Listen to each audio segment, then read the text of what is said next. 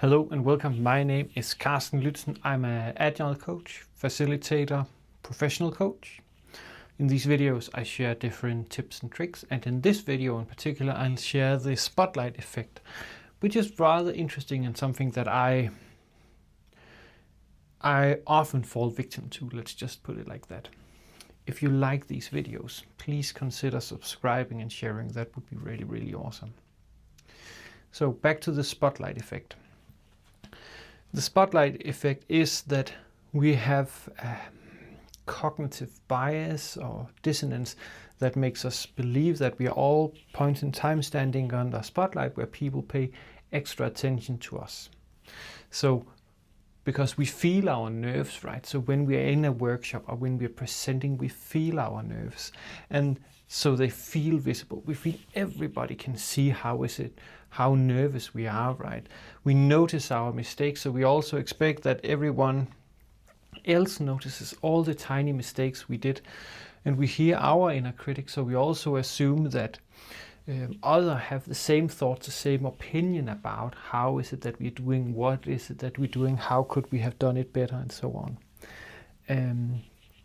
And in reality, if I also look at myself, how is it that I approach the world? I am thinking, what should I say next, right? Do I look stupid? When is the cake? So we are actually not in that spotlight. It might be that sometimes someone is paying attention to us, but it's not all the time, every time, right?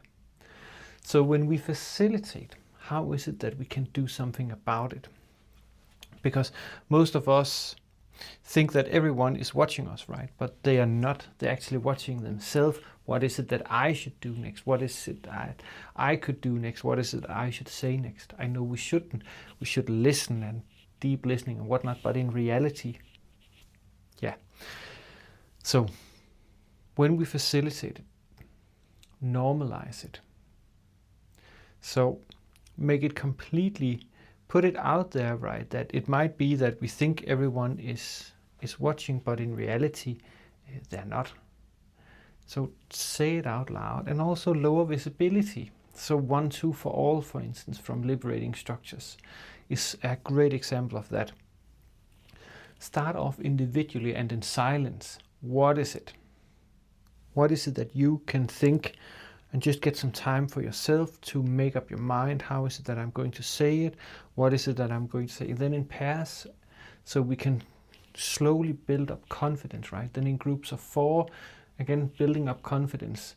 And then in plenum. And then go first imperfectly.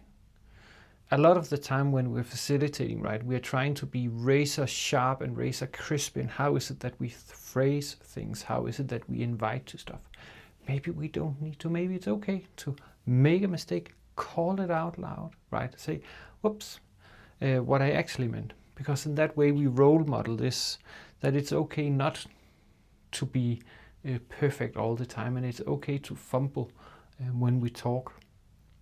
And in that way we can hopefully move some of the spotlight effect in people and make it a more including environment where people feel okay sharing what is it that's on their mind.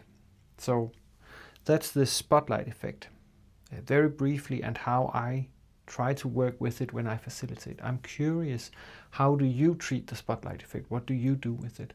And then, as always, if you have comments, questions, ideas, or feedback to these videos, please leave a comment or send me a message. That would be super, super awesome. Yeah, I guess that's it. Have a super awesome day.